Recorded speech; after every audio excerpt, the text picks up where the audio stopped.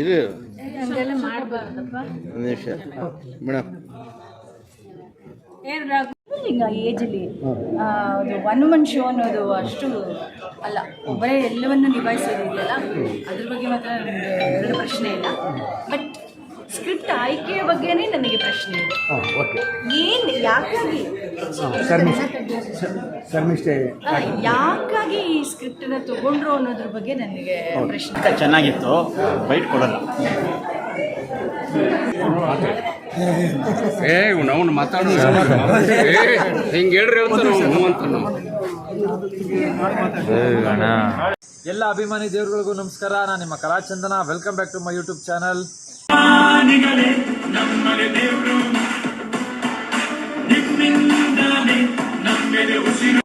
ಇವತ್ತು ಸಮ್ಮರ್ ಕ್ಯಾಂಪ್ದು 6ನೇ ದಿನ.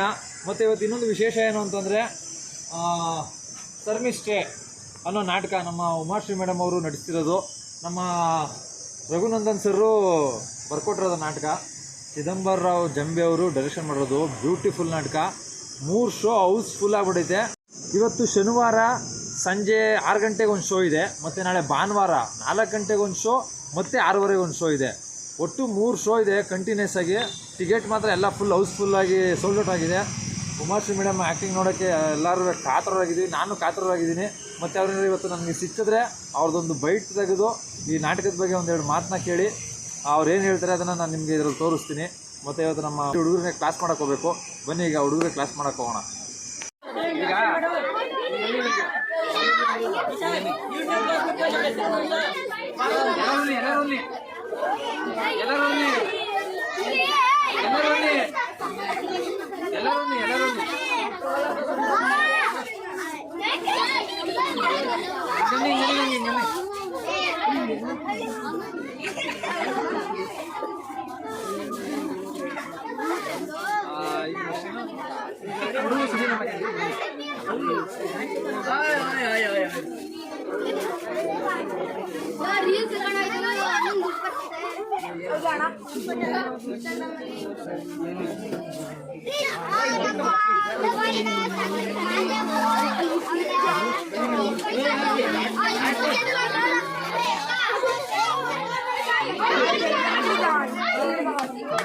ಬನ್ನಿ ಬನ್ನಿ ಬನ್ನಿ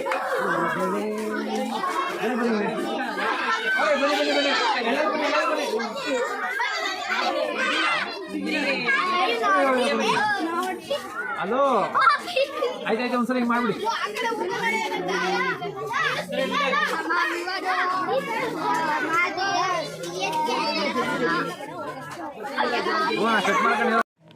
ಸಂಜೆ ಶೋ ಇರೋದಕ್ಕೆ ಇವಾಗ ರಿಹರ್ಸಲ್ ಮುಗಿಸ್ಕೊಂಡು ಪುಟ್ಟಕ್ಕನವರು ಕಾರ್ ಹತ್ತವ್ರೆ.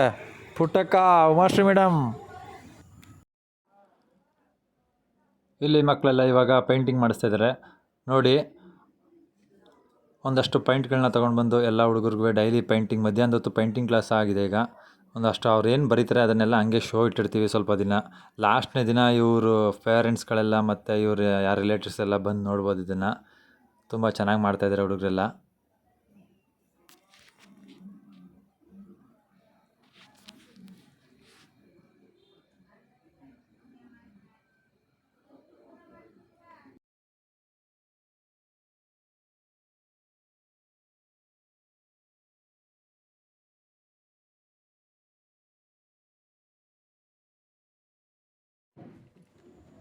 ಬೆಳಿಗ್ಗೆಯಿಂದ ನಮ್ಮ ಉಮಾಶ್ರೀ ಮೇಡಮ್ ಯಾವ ರೀತಿ ಆ್ಯಕ್ಟಿಂಗ್ ಮಾಡ್ತಾರೆ ಸ್ಟೇಜ್ ಮೇಲೆ ಅಂತ ನೋಡಬೇಕು ಅಂತಂದ್ಬಿಟ್ಟು ಇವತ್ತು ಸಂಜೆವರೆಗೂ ಇಲ್ಲೇ ಮೈಸೂರು ರಂಗಾಯಣದಲ್ಲೇ ಕಾಲ ಕಳೀತಾ ಇದ್ದೋ ನೋಡಿ. ಇವಾಗ ಫುಲ್ ಹೌಸ್ಫುಲ್ಲಾಗಿದೆ. ಥಿಯೇಟ್ರಲ್ಲಿ ಒಂಚೂರು ಜಾಗ ಇಲ್ಲ. ನಾವು ನಮಗೆ ಸೈಡಲ್ಲಿ ನಿಂತ್ಕೊಂಡು ನಾಟಕ ನೋಡ್ತಾ ಇದ್ದೀವಿ. ಆ್ಯಕ್ಟಿಂಗ್ ಮಾತ್ರ ಹೇಳೋಕ್ಕಾಗಲ್ಲ, ಅಷ್ಟು ಅದ್ಭುತ ನಿಜವಾಗ್ಲೂ. ಈ ಏಜಲ್ಲಿ ಆ ಒಂದು ಚಿಕ್ಕ ಹುಡುಗಿ ಪಾತ್ರ ಮಾಡಬೇಕಾದ್ರೂ ಇಲ್ಲ ಮೇಡಮ್ಮು ಆ ದೊಡ್ಡ ರಾಜನ ಪಾತ್ರ ಮಾಡ್ಬೇಕಾದ್ರೆ ಇಲ್ಲಿ ಇವರು ಒನ್ ಮ್ಯಾನ್ ಶೋ ಮಾಡ್ತಾಯಿದ್ದಾರೆ. ಆದರೂ ಕೂಡ ಎಷ್ಟು ಇಡೀ ಸ್ಟೇಜ್ನೆಲ್ಲ ಬಳಸ್ಕೊಂಡು ಇಡೀ ಇವ್ರ ಆಡಿಯನ್ಸ್ ಗಮನನೆಲ್ಲ ಇವ್ರ ಕಡೆ ಹಿಡಿದಿಟ್ಕೊಳ್ಳೋದಂದರೆ ಭಾಳ ಅದು ಸುಲಭವಾದ ಮಾತಲ್ಲ. ಇವ್ರ ಎನರ್ಜಿಗೆ ಇವ್ರ ಆ್ಯಕ್ಟಿಂಗಿಗೆ ನಾವು ಯಾಲ್ ಧೂಳುಗೆ ಸಮ. ಅಷ್ಟು ಒಂದು ಎನರ್ಜಿ ಇದೆ ನಿಜವಾಗೂ. ಇಂಥ ಕಲಾವಿದರು ಹುಟ್ಟೋದು ನಮ್ಮ ಮಣ್ಣಲ್ಲಿ ಅಪರೂಪ. ಆ ಭಗವಂತ ಇಂಥ ಕಲಾವಿದರನ್ನ ಹುಟ್ಟಿಸ್ಬೇಕು ನಮ್ಮ ಮಣ್ಣಲ್ಲಿ. ನಮಗೊಂಥರ ಹೆಮ್ಮೆ ಇದನ್ನು ಹೇಳ್ಕೊಳ್ಳೋಕ್ಕೆ. ಉಮಾಶ್ರೀ ಮೇಡಮ್ಗೆ ಜೈ.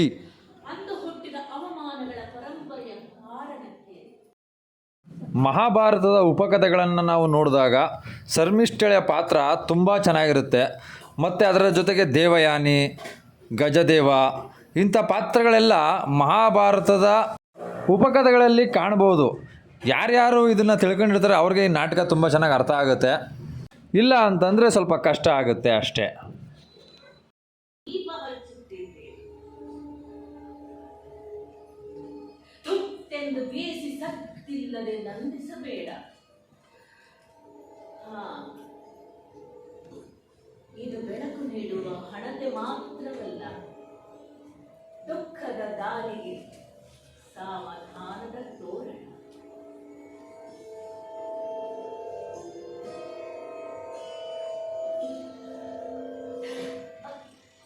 ಬಾಗಿಲು ಸದ್ದಾಗಿತ್ತು. ಅಮ್ಮ ಅಮ್ಮ, ತಂದೆಯವರಿಗೆ ತಿಳಿಸು, ನಾನು ಹೊರಡಲು ಸಿದ್ಧತೆ ಮಾಡಿಕೊಳ್ಳಲು. ಸಿದ್ಧತೆ? ಹೌದು ಅಮ್ಮ. ಮಹಾರಾಜರಾದ ತಂದೆಯವರು ಏಕಕಾಲಕ್ಕೆ ಅನೇಕ ಸಂಬಂಧಗಳನ್ನು ಕಾಪಾಡಿಕೊಳ್ಳಬೇಕಾಗುತ್ತದೆ. ಗಜದೇವರು ಸಂಜೀವನಿಯನ್ನು ತೆಗೆದುಕೊಂಡು ದೇವಲೋಕಕ್ಕೆ ಹೋದ ನಂತರ ಶುಕ್ರಾಚಾರ್ಯರು ದಾನವರಿಗೆ ಗುರುಗಳಾಗಿ ಉಳಿಯುವುದು ಅತಿ ಅವಶ್ಯವಾಗಿದೆ. ಇಂತಹ ಪ್ರತಿಕೂಲ ಸಂದರ್ಭದಲ್ಲಿ ನಾನು ದಾನವ ಕುಲದ ಉಳಿದಿದ್ದ ದಾಸಿಯಾಗುವುದೇ ಸರಿ. ಇಂತಹ ಅವಕಾಶ ಯಾರಿಗೆ ಸಿಕ್ಕಿತು? ಇದು ನನ್ನ ಸೌಭಾಗ್ಯ. ಹಸ್ತಿನಾಪುರಕ್ಕೆ ಹೋಗಲು ಸಿದ್ಧತೆಯಾಗಲಿ. ನನ್ನ ಗೆಳತಿ ದೇವಯಾನಿ, ನನ್ನ ದೇವಯಾನಿಗೆ ರಾಜಕುಮಾರಿ ಶರ್ಮಿಷ್ಠೆ ದಾಸಿಯಾಗಿ ಹೋಗಲು ಸಂತೋಷದಿಂದ ಸಿದ್ಧರಿದ್ದಾಳೆ.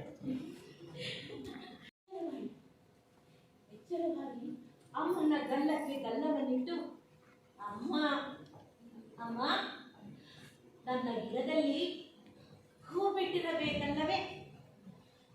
ಅಯ್ಯೋ, ಇಷ್ಟರಲ್ಲೇ ಹೂವು ಹೇಗೆ ಬಿಟ್ಟಿತು?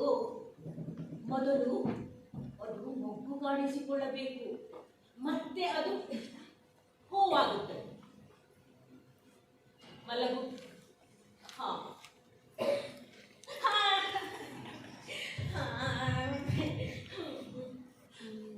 ನಾನು ಕೋಪಿಸಿಕೊಂಡೆ.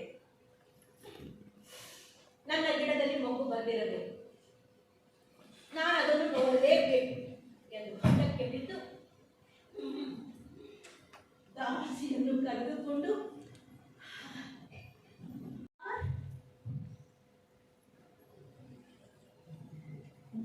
ಅಯ್ಯೋ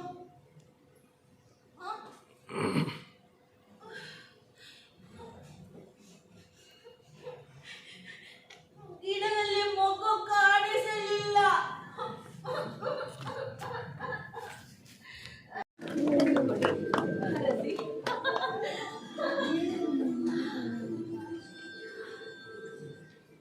ಚೊಚ್ಚಲ ಬಸರಿಯಾದಾಗ ಎಂತಹ ಆನಂದ, ಏನೇನು ಕನಸುಗಳು. ಆದರೆ ಅಷ್ಟೇ ಆತಂಕ ಕೂಡ. ಗೌಪ್ಯವಾಗಿ ಗೆಳತಿಯೊಂದಿಗೆ, ಹೇ, ನಾನು ಒಂದು ಮಗುವಿನ ತಾಯಿಯಾಗಲಿದ್ದೇನೆ.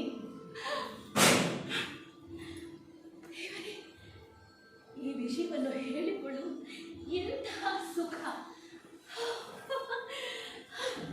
ಸಂತೋಷವೋ ಸಂತೋಷ, ಸಂಭ್ರಮ ಸಂಭ್ರಮವೋ ಸಂಭ್ರಮ, ಸಂಭ್ರಮವೋ ಸಂಭ್ರಮ. ಹೇಳ್ತಾರ್ರಿ. ಬೆಳಗೂರಲ್ಲಿ ಅರುಣ್ಮೂರ್ತಿ, ಅರುಣ್ ಮತ್ತು ಅಭಯ ನಮಗೆ ಸಹಕರಿಸಿದ್ದಾರೆ.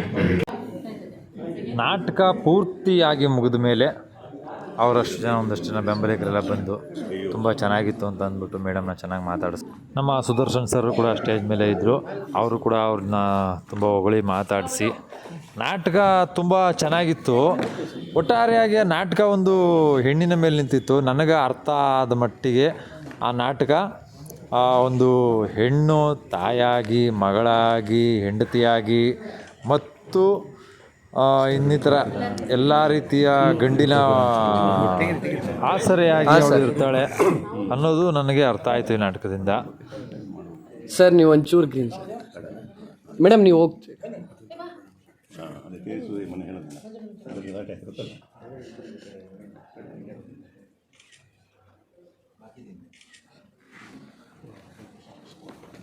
Thank you.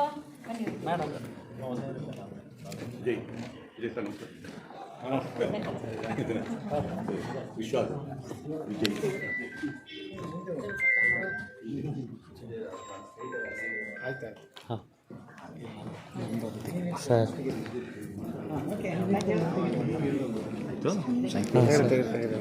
ನಂಬರ್ತಿ ಸರ್ ಇದೆ ವಿಡಿಯೋ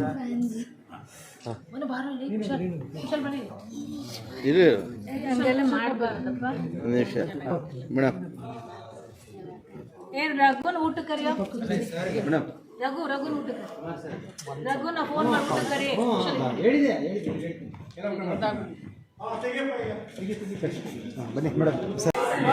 ನಾಟಕ ಚೆನ್ನಾಗಿತ್ತು, ಬೈಟ್ ಕೊಡಲ್ಲ. ನಾವು ಮಾತಾಡೋ ಹಿಂಗೆ ಹೇಳ್ರಿ ಅಂತ ನಾವು ಅಂತ ನಾವು ಈಗ ಏಜಲ್ಲಿ ಅದು ಒನ್ ವುಮನ್ ಶೋ ಅನ್ನೋದು ಅಷ್ಟು ಅಲ್ಲ, ಒಬ್ಬರೇ ಎಲ್ಲವನ್ನು ನಿಭಾಯಿಸೋದಿದೆಯಲ್ಲ, ಅದ್ರ ಬಗ್ಗೆ ಮಾತ್ರ ನನಗೆ ಎರಡು ಪ್ರಶ್ನೆ ಇಲ್ಲ. ಬಟ್ ಸ್ಕ್ರಿಪ್ಟ್ ಆಯ್ಕೆಯ ಬಗ್ಗೆನೇ ನನಗೆ ಪ್ರಶ್ನೆ ಇದೆ. ಏನು ಯಾಕಾಗಿ ಯಾಕಾಗಿ ಈ ಸ್ಕ್ರಿಪ್ಟನ್ನ ತಗೊಂಡ್ರು ಅನ್ನೋದ್ರ ಬಗ್ಗೆ ನನಗೆ ಪ್ರಶ್ನೆ ಇದೆ. ಅದನ್ನೇ ನಾನು ಅಕ್ಷರ ಹತ್ರ ಮಾತಾಡುವಾಗಲೂ ನಾನು ಅದನ್ನೇ ಕೇಳಿದೆ. But totally very neat presentation, production ಎಲ್ಲ ಚೆನ್ನಾಗಿದೆ. ಹಾಗೆ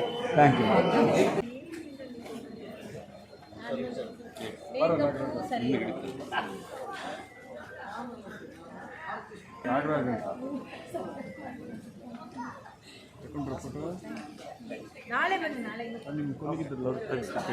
ಸರ್ಮಿಷ್ಠೆ ನಾಟಕ ಮುಗೀತು. ಈ ಬ್ಲಾಗ್ನ ಇವತ್ತು ಎಂಡ್ ಮಾಡ್ತಾ ಇದ್ದೀನಿ. ಈ ವಿಡಿಯೋ ನೋಡಿದ್ದಕ್ಕೆಲ್ಲರಿಗೂ ತುಂಬ ಹೃದಯದ ಧನ್ಯವಾದಗಳು. ಇದೇ ರೀತಿ ಕಲಾಚಂದನ 1438 ಯೂಟ್ಯೂಬ್ ಚಾನಲ್ನ ಸಬ್ಸ್ಕ್ರೈಬ್ ಮಾಡಿ, ಲೈಕ್ ಮಾಡಿ, ಶೇರ್ ಮಾಡಿ, ಕಮೆಂಟ್ಸ್ ಮಾಡಿ. Thank you very much.